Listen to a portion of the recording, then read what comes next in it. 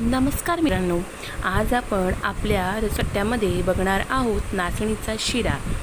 अगदी सोपा आहे, उन्हाळ्यामध्ये शरीराला थंडावा देणारा आहे, भरपूर कॅल्शियम आहे, भरपूर असे याचे चांगले गुणही आपल्या शरीराला याचा फायदा होऊ शकतो। चला तर मग बघूया।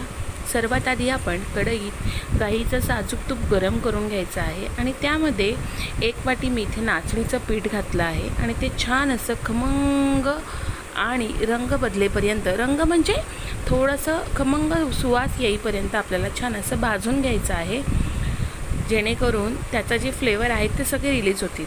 त्यामध्ये 1 वाटी पीठ असेल तर मी ते अर्धी वाटी किंवा आपल्या गोळाप्रमाणे गूळ किंवा साखर या पिठामध्ये घालायची आहे आणि व्यवस्थित असं मिक्स करून घ्यायचं आहे। त्यानंतर गरम पाणी किंवा दूध घालून आपल्याला हे मिक्स करून घ्यायचं आहे।